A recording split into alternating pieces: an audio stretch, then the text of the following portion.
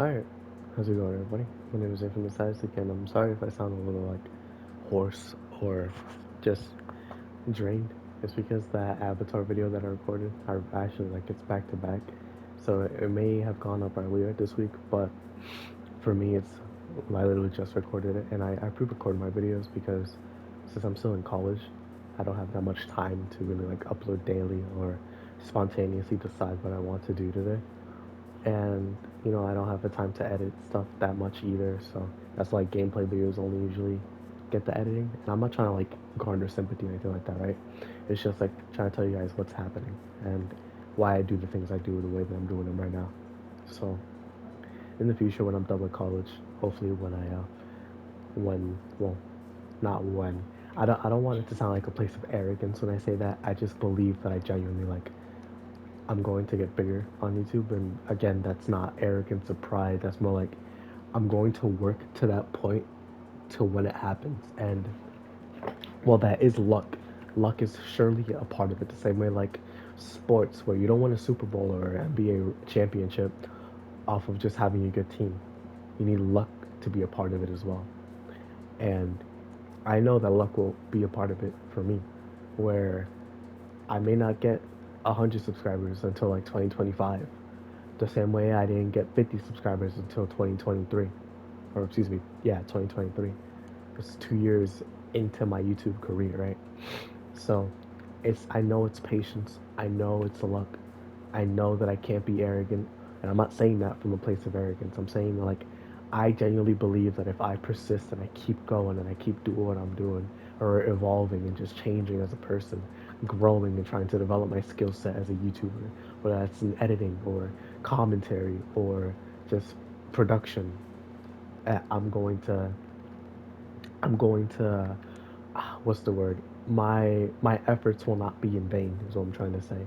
That people will somehow notice, in some stroke of luck, that people will somehow notice, and that's why I keep doing it, because I know one day that I'm gonna get there. And why I want to get there is because at the end of the day, this is what I want to do as my future, and that's just how I feel, right? But yeah, that has nothing to do with this video. That has nothing to do with this video whatsoever. I'm tempted to cut it, but I don't really want to, because what I said genuinely comes from the heart, and I just again don't want that to be misconstrued as arrogance. So why would you even include it? Who knows? But am I gonna cut it? No, not really. So what I'm actually gonna be talking about is One Piece. One Piece, One Piece, One Piece. I'm at the final arc of my catch up, and this is actually stuff that I know recently, because this is manga stuff only. This is manga spoilers. If you do not want to be spoiled, do not watch at all, whatsoever. I gave that warning in my Wano video last time. Do not continue if you do not want to be spoiled, is all I'm trying to say. So spoiler free section. Well, now I think about it, why what would I need to? But I'm still gonna give it anyways. This arc isn't done though, so just know that there's still more to come in the future. But overall, actually, yeah, I think I made a video on Wano back when it was still going in the manga and all that. Yeah, whatever. So Egghead Island, spoiler-free stuff. This arc is good so far. This arc is good. I feel like it's giving a lot of context to things that we needed in this show, and that sounds like I say that a lot in this show, but it's because it's true. The more mysteries that get solved in this show, the more mysteries that pop up. So that's just bound to happen until we get to the final acts of One Piece in general. But I've been enjoying it. I feel like a lot of questions are being answered while more pop up. We have characters being introduced and reintroduced, and it feels like I can't say that. That comparison is a spoiler, so it just feels like we're getting a lot of explanations and a lot of stuff is happening. We have other characters getting spotlight as well, not just on Egghead, but in general, and I think that's super cool. I've been enjoying the direction that it's been heading, and while the pacing can be a little rough, that's just how One Piece is going to be. It is better than the way it was in Wano, anime Wano at least. So Egghead Island has some emotional moments so far, has some cool fights, has some build up happening right now that is genuinely looks like it's going to be crazy. So I can't wait to see what happens. But yeah, I can't give a what's it called on it, a rating on it. So until the arc finishes. But right now, this is how I'm feeling about it. This is how I'm feeling about what's happening currently, and just I can't wait. But let me go into the spoiler stuff. Spoiler free section over. So this arc basically takes place directly after Wano, where the Straw Hat crew finally is done with the Kaido saga. Law and their alliance is done. That doesn't mean that they're gonna beef on sight, but it just means like these guys are pirates the same as us. We're not bounded by anything to be in an alliance with them. Their relationship is not the same relationship that Momonosuke and Luffy have. Because Momonosuke isn't a pirate, Law is, right? So that's just like making it clear. But same with Kid, they're not friends, they're rivals. And they all went their separate ways. Luffy's direction just so happens to have brought him to Egghead Island, while Law and Kid brought them in different sections. Law brought them to Blackbeard, and Kid brought them to Shanks. And if you don't remember, Shanks has beef with Kid, or excuse me, it's vice versa. Kid has beef with Shanks, and that's gonna come back to bite him later. But Law gets clapped like completely. He's fighting what's it called, Blackbeard. We don't know the result of how that's happened yet, but he's losing. I know that for sure, because Blackbeard shouldn't be losing to Law. I know that for certain. And Kid, on the other hand, is approaching Shanks. I will mention his stuff later. But Luffy, on the other hand, is going to Egghead Island, the island where Dr. Vegapunk resides. This man, this person that we have heard so much about, we finally get to see. Dr. Vegapunk, the man of the hour, has been foreshadowed for so long, and now he's here. We finally get to see him. And he looks weird. He genuinely looks weird. His head looks strange for sure. Some people have comparisons to a body part on the body on a male body. I'm not gonna say it, but I am gonna mention it. So just yeah, just have that as a reference, I guess. And we get to see Dr. Vegapunk, but that's later on. Right now, we just get to see like his other parts of him split into androids and just how all those work together. We also get to see that Bonnie joins the crew temporarily to get to Dr. Vegapunk because she wants answers about what happened to her dad, right? And so the crew gets split up. It's a halfway split. Luffy, Jinbei, Chopper, uh, Bonnie, I think, and I don't remember if it's Brook too.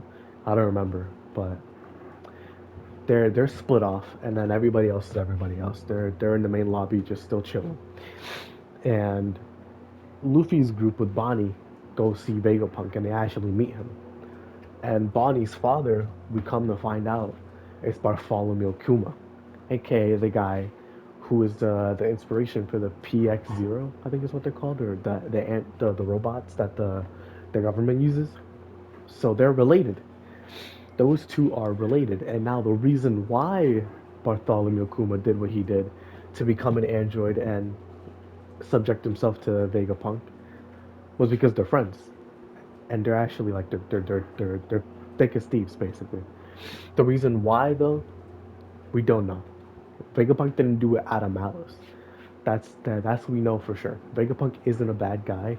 He's a scientist though, so that inherently kind of like takes out the emotion of it, at least as much as a normal person would have, right?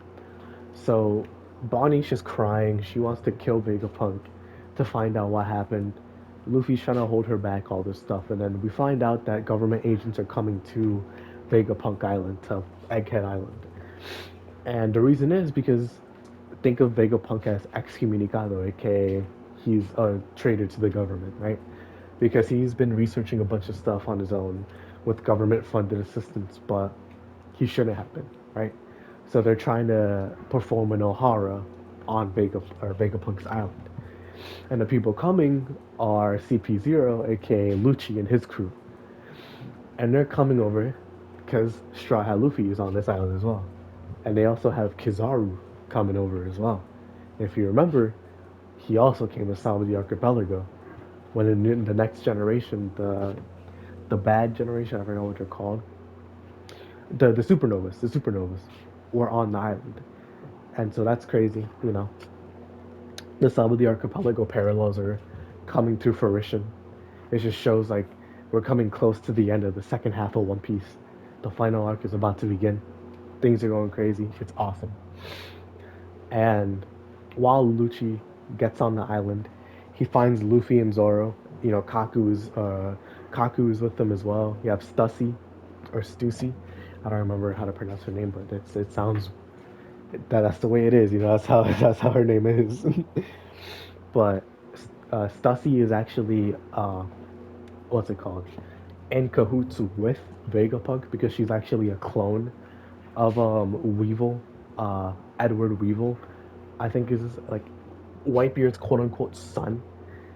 She's the mother of him, and that mother is um, Stussy's original counterpart. Stussy is the clone, and so what's it called? I'm sorry, I'm just I'm walking around while talking, so that's why I'm out of breath, and also my nose is clogged, so I gotta blow my nose at some point. But yeah, so she's actually in cahoots with Vegapunk, so she's on their side for now. And Luffy's just like, all right, we're gonna take you on our ship because he asked, and we're gonna go. So they're trying to get out basically, but stuff is going on. There's basically a murder mystery happening, like who killed one of the members of Vegapunk's crew, or whatever. Find out it is one of Vegapunk's crew who killed them, and they're in cahoots with the government as well. So that's why they're trying to stop Vegapunk. Lucci and what's it called, Luffy, are in cahoots right now. Like they're working together to stop the the seraphim that Lucci brought. You also have Kizaru's no, Vegapunk's grandson. I don't remember what uh what the relation is, but the guy who was also in Sabri Archipelago with the giant axe, Sentomaru. So he's there as well, and he's helping out Luffy. He's trying to stop the Seraphim because the Seraphim are just basically warlords, but their DNA is condensed into the same race that King was from Wano and Kaido's crew. So they're just super strong. They're androids and they're cracked, right? So they're trying to stop them, but it's going crazy. Um, Boa Hancock's Seraphim is helping Luffy out, but she's still a bad guy. All this stuff is happening. And right now, where Luffy stuff is at, it's just basically like Luffy, Zoro, Lucci, and Kaku are all trying to stop these Seraphim. All this stuff going on. They're trying to take Vegapunk away, or at least like Luffy and Zoro are, so that he can go on their ship and they can bounce because they do not want to stay on Vegapunk Island anymore. And that stuff is going crazy. That stuff is going crazy. So on to Kid stuff. So Kid, he actually went over to again Shanks's territory, and all this stuff is going crazy because Shanks sees this and he realizes that Kid is going to be a threat. He's going to destroy Elbath if he's allowed to run rampant because of Shanks's prior interaction with him. So Shanks uses his future sight and his conqueror's hockey to just clap Kid, bro. It's super cool. And then on top of that, the two giants, Gory and Bragi, I think are their name, or yeah, they use the spear of Elbath to clap Kid, like actually erase him from the timeline. And the internet was going crazy because they really just like were clouding Kid, because yeah, he kind of sucks. Like you're telling me that Captain Kid, was supposed to be the rival, to Straw Hat Luffy. It's like that doesn't sound right. Law seems like way more of a rival, and even then they're friends. They're like Blackbeard is the wholehearted rival to Luffy. There's no doubt. Well, Kid is a phony. He's a bozo. Like there's no way that he's gonna be a rival to Luffy in the same way that he's going in his trajectory. Luffy is an emperor. He's a fourth emperor. And that came to fruition in the same way, or when we found out that Buggy also became an emperor because of Cross Guild, and Cross Guild is with Mihawk, Crocodile, and a bunch of other people, right? So that's why he's an emperor because he's the figurehead, but he's not really the strongest person there. He's just so happened to become the emperor. So those are the four emperors: Blackbeard, Shanks, Buggy, and Luffy, right? And Kid just there's no place for him there, right? He's going to be in Luffy's shadow. There's no like competition. Even though the two characters see it as a competition, we as readers know Kid stands no chance, and he needs to be like turned down a peg because that man is arrogant for no reason. He has a crew, but he hasn't accomplished the things that Luffy's accomplished. You gotta go at your own pace, right? But regardless, that's what happened with Kid, and now it's what's happening with Kobe. Since he actually got caught by Blackbeard and is now on his island, and the world government, or excuse me, Garp launched a rescue mission to help save Kobe, because this man is Garp's protege. He's going to be the face of the government, the Marines. He's going to change the world, and they're all coming after him. There's a bunch of new characters from the Marines that we never seen before. Super cool, and that was the last chapter, like Garp going to save Kobe from Blackbeard. And people forget Garp was Roger's rival. We've seen Roger and Garp mention each other on equal footing. There's no way that Garp wouldn't have been crazy. Now, in his like old age, could he do some stuff? Yeah. Could he beat Shanks? I don't know. That's difficult because we haven't seen them fight enough. Like, could he beat Blackbeard? No, that is the question.